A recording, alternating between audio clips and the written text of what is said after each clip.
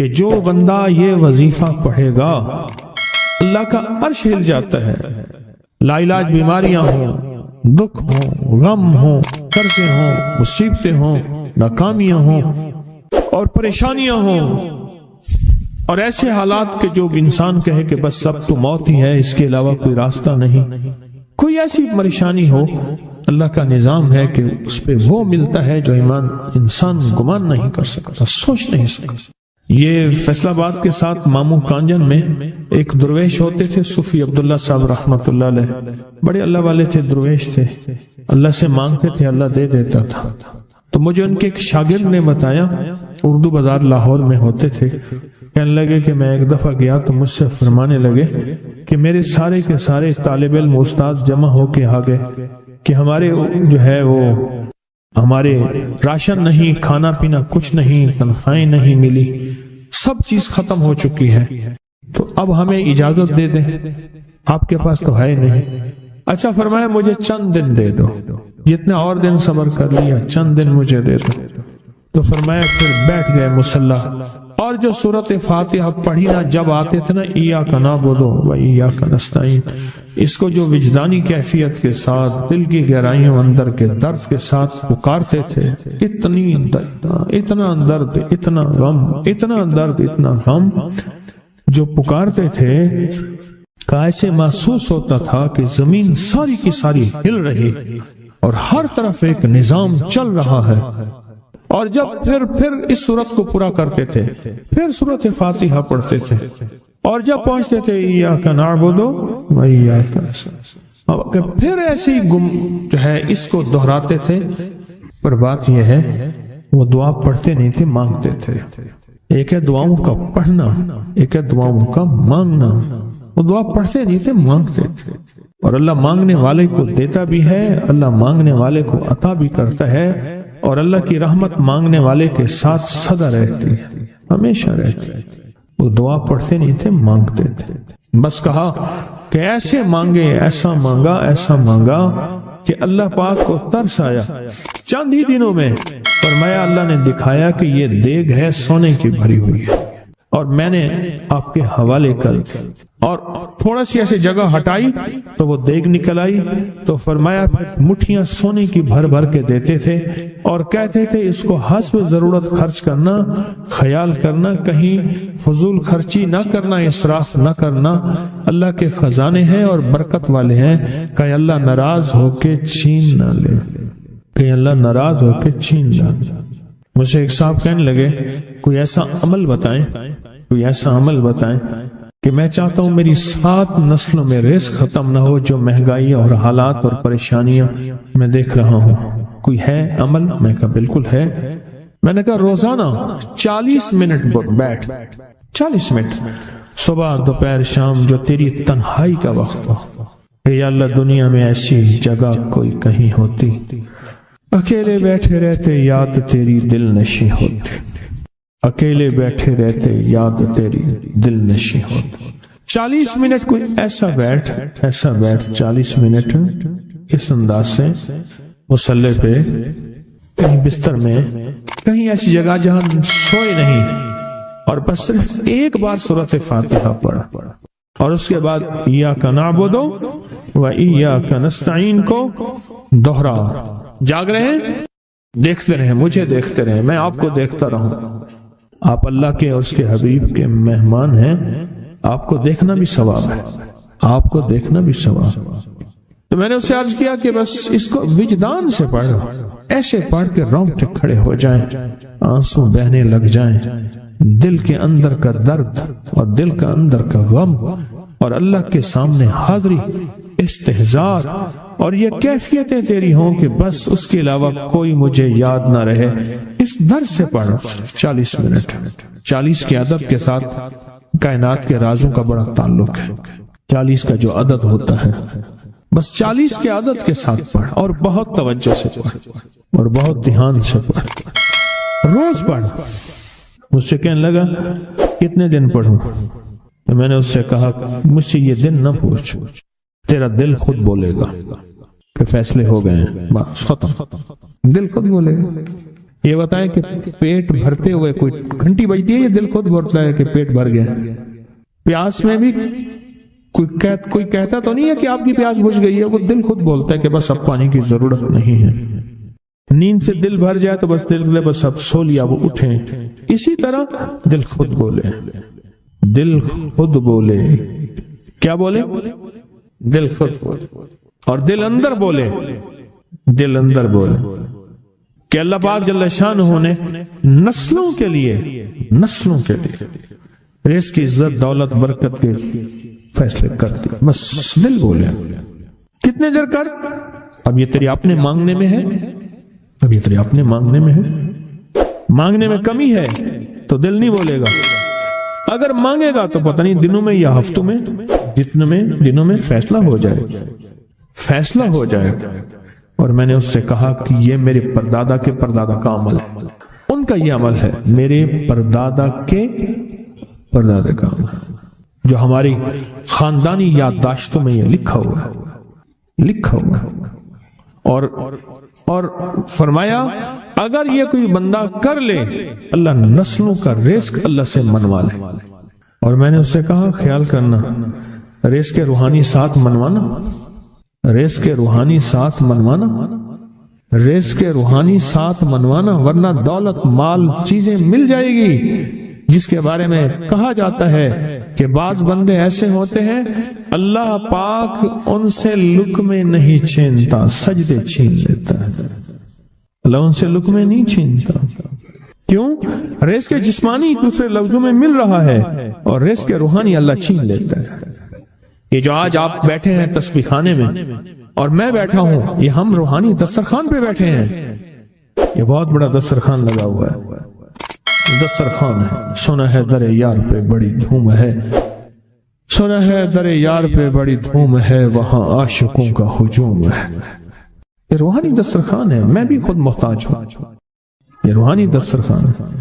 تو میں نے اس سے عرض کیا کہ ایک دسترخوان نہیں مانگنا، دونوں مانگنا، رزق روحانی بھی، رزق جسمانی تو اس کو بھی ملتا ہے جس کو کلمہ نصیب نہیں ہوا، رزق جسمانی تو اس کو ہی ملتا ہے جس کو کملی والی کی غلامی نصیب نہیں ہوئی، رزق جسمانی تو اس کو ہی ملتا ہے جس کے ماتھے پہ شقاوت لکھی ہے، رزق جسمانی تو اس کو ملتا ہے جو اللہ کا نافرمان ہے، رزق جسمانی تو اس کو ملتا ہے جو اللہ کے وجود کا انکار کرتا ہے، رزق جسمانی تو اس کو ہی ملتا ہے جو آخرت اور قبر کا انکار کرتا ہے، رزق جسمانی تو اس کو ملتا ہے جو جنات اور برزخ کا انکار کرتا ہے، رزق جسمانی تو اس کو ملتا ہے جو خود کملی والی کی نبوت کا انکار کرتا ہے، وہ تو بے بہا لوگ ہیں، ان کو ملتا ہے۔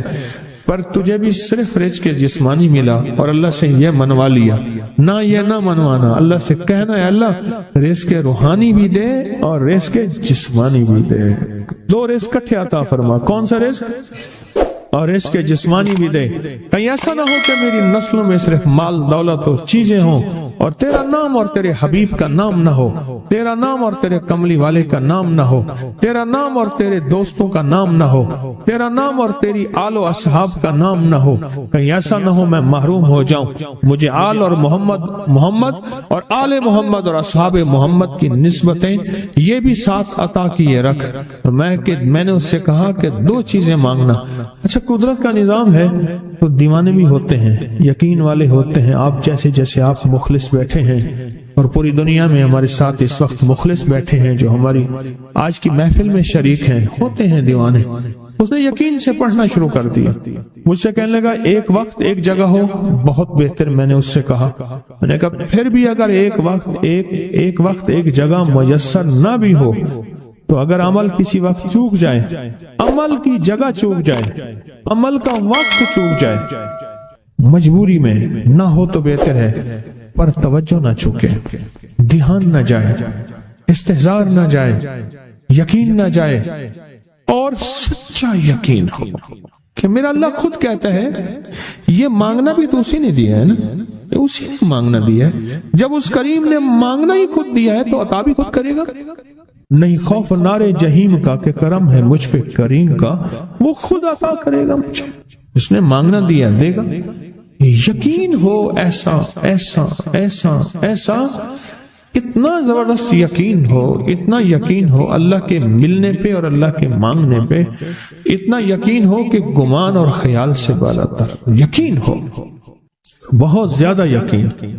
یاد رکھیے گا میری بات، میری طرف دیکھتے رہیں، یاد رکھیے گا جس کو ملا ہے یقین کی طاقت میں ملا ہے، اور جس سے چھنا ہے بے یقینی نے اس سے سب کچھ چھین لیا، بے یقینی نے اس سے سب کچھ چھین لیا۔ جس کو ملا ہے یقین کی طاقت سے ملا ہے، یقین ہو کہ میں کر رہا ہوں اور اللہ مجھے دے دے گا۔ کہا کہ کیسا یقین ہو؟ کہا جیسے بکری کے تھن دودھ سے بھرے ہوئے اور میں کہوں کہ میرے ہاتھ سے دباؤں گا اور دودھ نکلے گا، اس سے زیادہ یقین۔ اور کہا کس سے زیادہ یقین؟ کہا کہ ایک بڑا نوٹ ہو اور بڑا نوٹ کے اندر جو ہے ایک آنے کی چیز آنی ہے، تو میں کہوں گا اس سے تو اس کی نوٹ کے اندر تو ہزاروں آنے ہیں، اور میں ایک آنے کی چیز، ایک ٹکے کی چیز لوں گا اور میرا کام بن جائے گا۔ اس سے زیادہ یقین ہو، اور اس سے کہیں زیادہ یقین ہو کہ سخت پیاس ہے اور میں پانی کو دیکھوں، اور پانی کو دیکھتے ہی مجھے یقین ہو کہ اس سخت پیاس میں میرا پیاس بجھ جائے گی، پیٹ بھر جائے گا۔ اس سے کہیں زیادہ یقین ہو۔ میں پھر بھی یقین کو نہیں سمجھا سکا، علم بھی محدود ہے، الفاظ بھی میرے پاس محدود ہیں۔ اس سے کہیں زیادہ یقین ہو، اس سے کہیں زیادہ یقین، اور بہت زیادہ یقین۔ اتنا یقین، کیا خیال ہے آپ چاہیں گے اپنی نسلوں کے لیے بخت، رزق، نصیب اور مقدر منوا لیں؟ کیا خیال؟ وہ بڑا کریم ہے۔ میں نے ابھی نہیں بتایا کہ قرآن کا واقعہ سنایا، حضرت موسیٰ اور خضر علیہ السلام کا قرآن کا واقعہ سنایا کہ ان کی 7 نسلوں کا جو ابا تھا نا، وہ 7 نسلوں میں پہلے والا ابا، دادے کے دادے کے دادے کا دادا، وہ نیک تھا، وہ دعائیں مانگتا تھا، وہ اللہ کے ساتھ تعلق میں تھا، اس کا تقویٰ تھا، وہ اس کی نیکی کا اثر، اس کی نیکی کا اثر، اس کی نیکی کا اثر نسلوں میں منتقل ہوا، نسلوں میں منتقل ہوا۔ پڑھ لیں، مانگ لیں، اللہ سے کر دیں کہ اللہ میرے لیے اور میری نسلوں کے لیے رزق روحانی اور رزق جسمانی کے فیصلے کر دیں، رزق روحانی اور رزق جسمانی کے فیصلے کر دیں۔ شاہ عبد الرحیم تھے شاہ ولی اللہ رحمت اللہ علیہ کے والد محترم۔ انہوں نے شاہ ولی اللہ سے کہا بیٹا میں تجھے روحانی مشقیں کرا رہا ہوں، ایک مشق ایک بھی کر لے اپنے لیے اور اپنی نسلوں کے لیے، اللہ سے رزق منوا لے، اللہ سے رزق منوا لے۔ تو پوچھا کہ حضرت میں رزق کیسے منواؤں؟ میں کہ کچھ وقت ایسا نکالا کر، ایسا وقت نکالا کر 2 گھڑی اور 3 گھڑی کا، ایک ساتھ 2 گھڑی اور 3 گھڑی، ایک ساتھ تقریباً 21 منٹ کی ہوتی ہے، تقریباً 21 منٹ کی، 2 ساتیں مل جائیں تو 40 منٹ بنتے ہیں، تو ایک ساتھ 2 ساتھ 3 ساتھ کی گھڑی میں کہ بیٹھ کے نا سورۃ فاتحہ اور اس میں ایاک نعبد و ایاک نستعین کا تکرار اور استحضار کیا کر، اور ایسا کیا کر تیری آنسوں بہیں، تیرا دل روئے، تیری آنکھیں روئیں، تیرے رونگٹے کھڑے ہوں اور رواں اور اس کے اندر سے تیرا پل پل، تیرا من، تیرا جذبہ، تیری سوچیں بولیں، کیا بولے؟ ایاک نعبد و ایاک نستعین۔ ایک میلہ تھا اللہ کے نیک بندوں کا، تو اس میں 70 اولیاء جمع ہوئے، 70 اولیاء جمع ہوئے۔ ہر اللہ کے ولی نے کہا کہ آپ کوئی ایسا وظیفہ بتائیں، ایسی تسبیح بتائیں، ایسا ذکر بتائیں جو اللہ کے عرش کو ہلائے اور جو اللہ کی ذات کو متوجہ کر دے، جو اللہ کے تعلق کو نصیب کر دے، کوئی ایسا ذکر، کوئی ایسی تسبیح بتائیں۔ فرمایا سب نے بتایا کہ سورۃ فاتحہ ہے، اور اب سب سے پوچھا سورۃ فاتحہ میں کوئی ایسا جز بتائیں جو سورۃ فاتحہ کا دل ہو۔ سورۃ یاسین قرآن کا دل، لیکن سورۃ یاسین کا دل سلام قولا من رب الرحیم۔ ہر سورت کے اندر اللہ پاک نے کچھ نعمتیں، کچھ نقطے رکھے ہیں تو فرمایا سورت فاتحہ کا دل. تو میلے میں جتنے بھی اولیاء 70 بیٹھے تھے سب نے کہا کہ اگر سورت فاتحہ کا دل پانا ہے تو وہ صرف کیا ہے؟ ایاک نعبد و ایاک نستعین. اس کا مفہوم عام سادہ سے یہ ہے کہ مولا غلامی تیری، در کسی اور کا. جب غلام تیرے ہیں، منگتے تیرے ہیں، بھکاری تیرے ہیں، محتاج تیرے ہیں، پھر در بھی تیرا ہے، پھر در بھی تیرا ہے، اور کسی کا در مولا نہیں ہے. پھر در بھی تیرا ہے، تیرے در کے ہم محتاج، تیرے بر کے ہم غلام. تو میں نے اس سے کہا کہ یہ وظیفہ کر، سارا دن پڑھی ایاک نعبد، اور کام بھی کرتا رہے، وضو بے وضو چلتا بھی رہے، یہ پڑھتا بھی رہے، پڑھتا بھی رہے، پڑھتا بھی رہے. چند دن چند ہفتے یہ عمل کر، بس رات سوتے ہوئے سورت فاتحہ پوری کر 40ویں، اور پھر درود پاک پڑھتے پڑھتے سو جا. 70 اولیاء نے فرمایا کہ جو بندہ یہ وظیفہ پڑھے گا اللہ کا عرش ہل جاتا ہے، اور فرشتوں میں کوہرام مچ جاتا ہے، اور فرشتوں میں اللہ کے بارگاہ میں فریادیں ہوتی ہیں کہ یا اللہ یہ بندہ ہے اور اس نے یہ عمل کیا ہے، یہ وظیفہ کیا ہے، اور ابھی تک اس کی دعا قبول نہیں ہوئی، یہ مانگا ہے ابھی تک دعا قبول نہیں ہوئی. فرشتوں میں یہ کوہرام مچ جاتا ہے. ایک اللہ کے دوست تھے، سوتے سوتے ایک دم اٹھ بیٹھے. اٹھنے کے بعد وجدانی کیفیت کے ساتھ جو ہے یہ وظیفہ پڑھنے لگے. تو کسی نے پوچھا کہ حضرت کیا ہوا؟ فرمایا میں نے دیکھا کہ اللہ کے عرش کے نیچے جنتی ہیں اور وہ ٹہل رہے ہیں، اور سب کی زبان پہ یہی وظیفہ ہے، ایاک نعبد و ایاک نستعین. سب کی زبان پہ یہی وظیفہ ہے اور سب یہی پڑھ رہے ہیں. میری ایک درخواست ہے سورۃ اخلاص 2 تسبیح زندگی کا معمول بنا لیں، اس کو تو کبھی نہ چھوڑیں. کیا خیال ہے؟ 2 تسبیح زندگی کا معمول بنا لیں، اس کو کبھی نہ چھوڑیں. اس کا فائدہ کیا ہوگا؟ اس کے انوکھا فائدہ ہوگا. اللہ پاک نا نور کی برکت سے، اعمال کی برکت سے نسلوں میں نور اور خیر عطا فرماتے ہیں. پھر نسلوں میں وہ نور چلتا ہے، نسلوں میں وہ برکتیں چلتی ہیں. بعض اوقات دوسری نسل میں، بعض اوقات تیسری نسل میں، اور بعض اوقات اسی نسل میں. عرض کر رہا تھا کہ اپنی زندگی میں اس نور کی روشنی کو ساتھ لے کر چلیں. 2 تسبیح سورۃ اخلاص کی تو زندگی میں نہ چھوڑیں. سفر میں جا رہے ہیں، حضر میں جا رہے ہیں، صحیح جا رہے ہیں، پیدل چلتے پڑھ لیں، گاڑی چلاتے پڑھ لیں، گاڑی میں بیٹھے پڑھ لیں، کہیں دفتر میں بیٹھ کے پڑھ لیں، مجبوراً وضو نہیں تو بھی پڑھ لیں، پر چھوڑے نہیں. کیوں؟ آپ کی زندگی میں اس کا نور نسلوں میں منتقل ہوگا، اور اس کا نور نسلوں میں جائے گا، اور نسلوں میں رزق، دولت، عزت کے اللہ دروازے کھول کے دکھائے گا. ایسا نور ملے گا آپ سوچ نہیں سکتے. ایسا نور ملے گا. کون سا مسلمان ہے جو کہتا ہے مجھے سورۃ قل ہو اللہ، سورۃ اخلاص نہیں آتی؟ ہر بندے کو آتی ہے. اگر کوئی کمزور علم رکھنے والا ہے تو تھوڑی سی محنت کرے، یاد کرے تو اس کو یاد ہو سکتا ہے، ایک میں آپ کو عجیب بات بتاؤں.